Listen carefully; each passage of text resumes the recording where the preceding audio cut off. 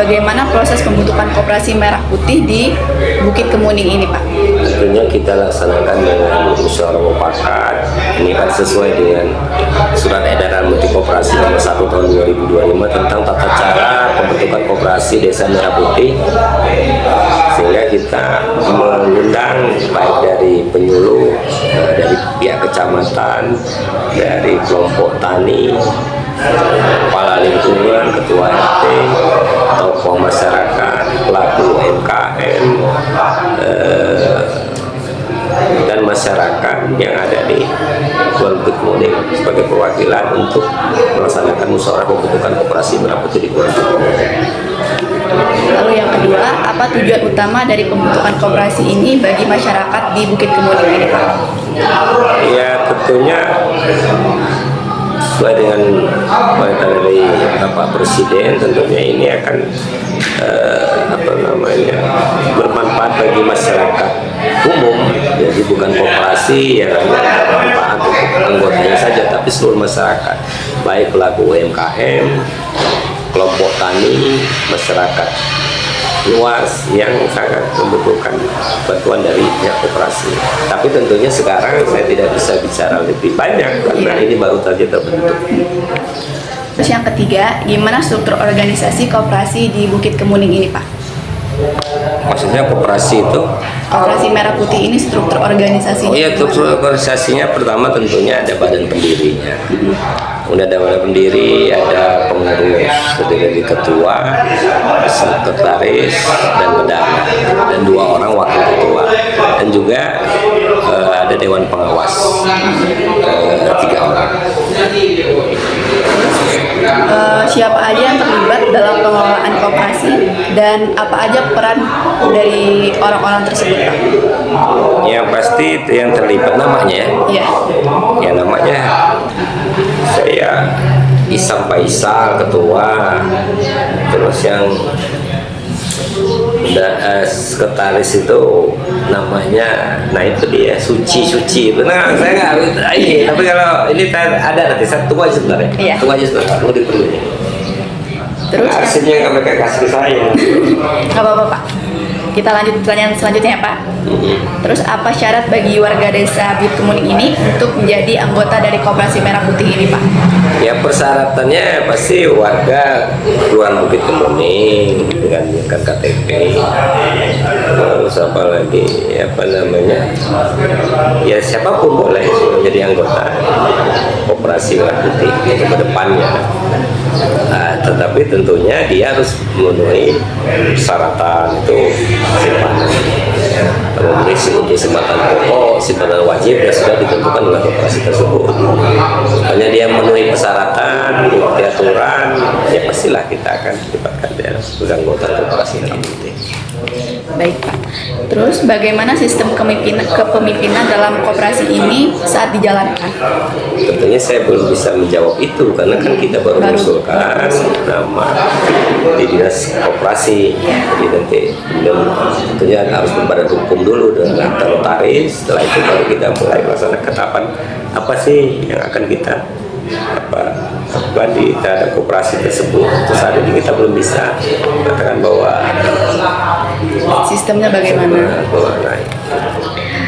Lalu, apa Koperasi Merah Putih ini dapat dukungan dari pemerintah daerah atau pusat? Jika iya, dalam bentuk apa, Pak? Tentunya support sekarang berkaitan dengan support untuk pembentukan koperasinya, kemudian dibantu berkaitan dengan legalitasnya. Nanti yaitu notaris dan sahabat administrasi, tentunya pemerintah sangat mendukung. Kaitan dengan bantuan yang lain kan kita tunggu petunjuk berikutnya setelah dia terbentuk dan punya akte notaris. Lalu bagaimana cara Koperasi Merah Putih ini melakukan sosialisasi dan edukasi kepada masyarakat, Pak? Ya, untuk saat ini kan kita menunggu terbentuk akte notaris dan sudah terbentuk, kemudian mungkin baru kita evaluasi mensosialisasikan apa sih Koperasi Merah Putih ini manfaatnya seperti apa, tentunya setelah dia terbentuk secara resmi. Kan ini udah terbentuk baru nih ya, Pak. Ya. Tantangan terbesar dalam ngebentuk Koperasi Merah Putih ini apa sih, Pak? Saya rasa kalau tantangan untuk pembentukan ya nggak ada lah. Nggak ada, Ya, ya? sama antusias juga, misalnya kita udah hadir semua, ya kita laksanakan musyawarah secara mufakat, sehingga nggak ada kendala untuk pembentukan koperasi merah putih. Dan masyarakat menyambut baik sebenarnya adanya koperasi merah putih di Bukit Kemuning. Ini kita ke tata kelola dan kelanjutan koperasi ya Pak ya. Bagaimana sistem keuangan dan pembukaan koperasi ini dikelola? Untuk saat ini suatu persyaratan dia di Kelurahan Bukit Kemuning ini itu timbangan pokok dia 50.000, kemudian timbangan wajib 10.000, setiap bulannya 10.000. Ini sudah sekitar ya 25 anggota atau sementara saat ini yang sudah membayar untuk simpanan pokok dan simpanan wajib. Lalu bagaimana strategi koperasi dalam menjaga transparansi dan akuntabilitas terhadap anggotanya?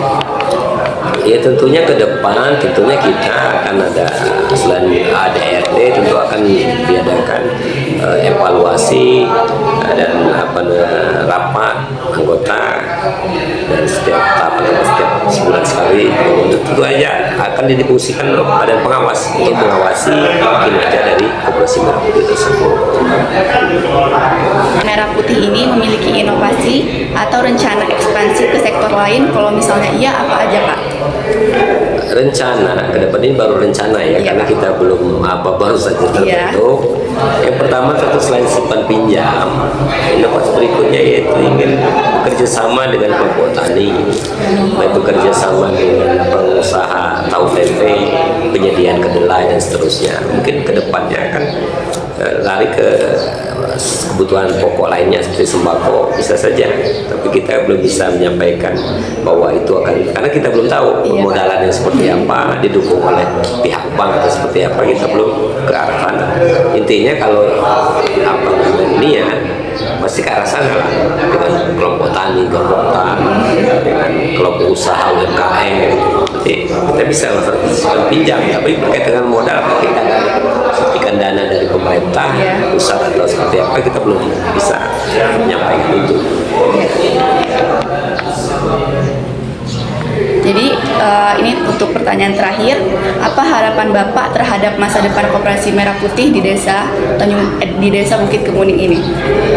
Ya, sebagai lurah Bukit Kemuning tentunya berharap koperasi ini bukan hanya sekedar ya hanya koperasi yang hanya ada ketua, sekretaris bendahara dan pengawas, tapi harus diimplementasikan bahwa koperasi ini akan berjalan dengan baik sesuai dengan keinginan masyarakat, tentunya bermanfaat bagi masyarakat Bukit Kemuning. Jadi jangan hanya nanti terbentuk kemudian tidak ada inovasi, kreativitas ataupun kegiatan apapun. Ya, mudah-mudahan dengan adanya koperasi Merah Putih ke depan dengan bantuan dari pemerintah bisa mensejahterakan masyarakat. Terima kasih ya Pak.